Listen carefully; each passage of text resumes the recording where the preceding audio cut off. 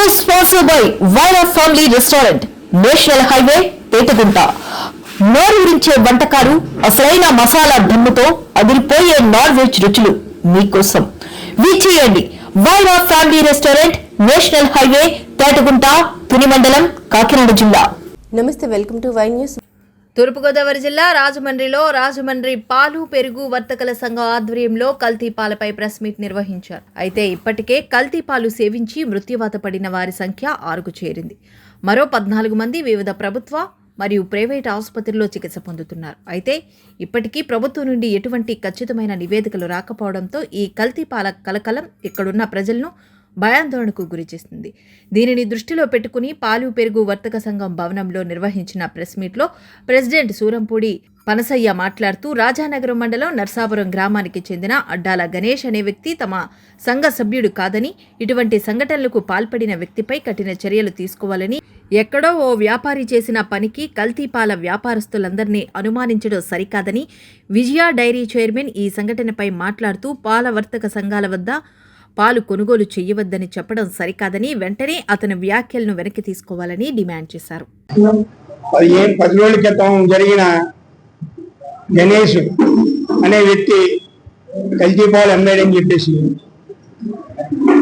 Media ద్వారా తెలియజేయడం అయింది. ఆ సంఘటన తెలిసిన తర్వాత అతను సంఘ సభ్యుడే కాదా అన్న మేము నిర్ధారణ చేసుకున్నాం. అతను సంఘ సభ్యుడు కాదు. అయితే మేము మీడియా వరకు మొత్తం చెప్పడం జరిగిందండి గతంలో కూడా. ఇప్పుడు విషయం ఏంటంటే, అతను చేసిన అదే కల్తీ క్యాన్పాలు కల్తీ కలిసిందని, అది ఫ్రిడ్జ్ ద్వారా జరిగిందా కల్తీ ద్వారా జరిగిందా అని గవర్నమెంట్ వారు నిర్ధారించారండి.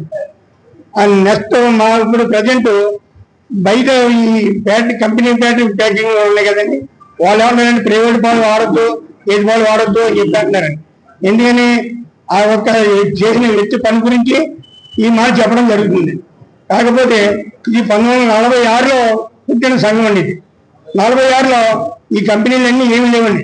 విశాఖ కానీ, తిరుమల కానీ, ఎల్కేజీ కానీ, ఈ తర్వాత తోట కానీ ఏ కంపెనీ అంటే కూడా లేవండి.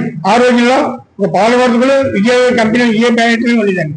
విజయ్కి పాల వర్తకులు పోటీపడి ఈ పాల వర్తకులు పోసిన పాలు ఒరిజినల్ పాలకి తట్టుకోలేక ఆ కంపెనీ మూత కూడా పడిందండి.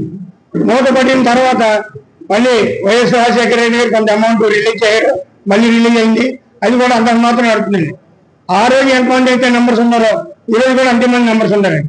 ఈ సంఘం తయారవడం పుట్టడం సంఘం అంతా కూడా ఏకగా నడిపడి నడక నడిచి ఒకే మాట మీద ఎవరు నడుచుకుంటూ పాలవర్తకులు ఒకరికి ఏదైనా కష్టం వస్తే ఈ సంఘం మాకు పెద్దలు తెలియజేయటం, మీ వల్ల ఇబ్బంది లేకుండా ఎవరు చేయటం అని చూసుకోండి. ఈ సంఘం ఇప్పుడు గణేష్ అనాథం కూడా సంఘ సభ్యుడు అయ్యి ఉంటే దానికి కూడా మేము సంఘంగా రూపంగా మేము కూడా బాధపడడం బాధ్యత తీసుకుందండి. అయితే ఈ గణేష్ అనాథం పాల్పోయటం వల్ల 100 మంది పోవడం అన్నది చాలా బాధాకరమైన విషయం అన్నది. అది మాకు కూడా మా పాల్వర్తులు కూడా ఎవరికి కూడా సహించలేని బాధాకరమైన సబ్జెక్ట్ జరిగిందండి. అయితే ఈ గవర్నమెంట్ వారు కూడా ఏం జరిగింది, ఎలా జరిగింది అన్నప్పటికీ వచ్చి నిరూపణ లేదండి. నిరూపణ లేకపోతే ఆయన ఏదో సెంట్రల్ జైలు ఏదో కార్యక్రమం జరిగింది, అంతవరకు జరిగిందండి. అయితే ఇప్పుడు ప్రజెంట్ అయితే ఈ విజయ డైరీ చైర్మన్ గారు మొన్న మాటలో ఏం మాట్లాడారంటే, ప్రైవేట్ పాలు వాడొద్దు, ప్రైవేట్ పాలు కల్తీ అని చెప్పానండి. ఈ గేదె పాలు అండి, ఒరిజినల్ గేదె పాలు. ఈ 8 గంటల నుండి నేను గేదె పాలు తీసిన తర్వాత ఈ గేదె పాలు 8 గంటల తర్వాత పొయ్యి మీద పాలు పెడితే పాలు ఇరిపోతాయండి, పాలు ఆగండి. అయితే ఈ ప్యాకెట్ పాలు 20 గంటలు, 12 గంటలు, 15 గంటలు, 18 గంటలు, 36 గంటలు కూడా అవుతాయండి. అందులో మరి ఏం కలుపుతున్నారో వాళ్ళకి తెలియని మా వాళ్ళు ఏ కల్తీ లేదండి, ఏమీ లేదండి. పాలు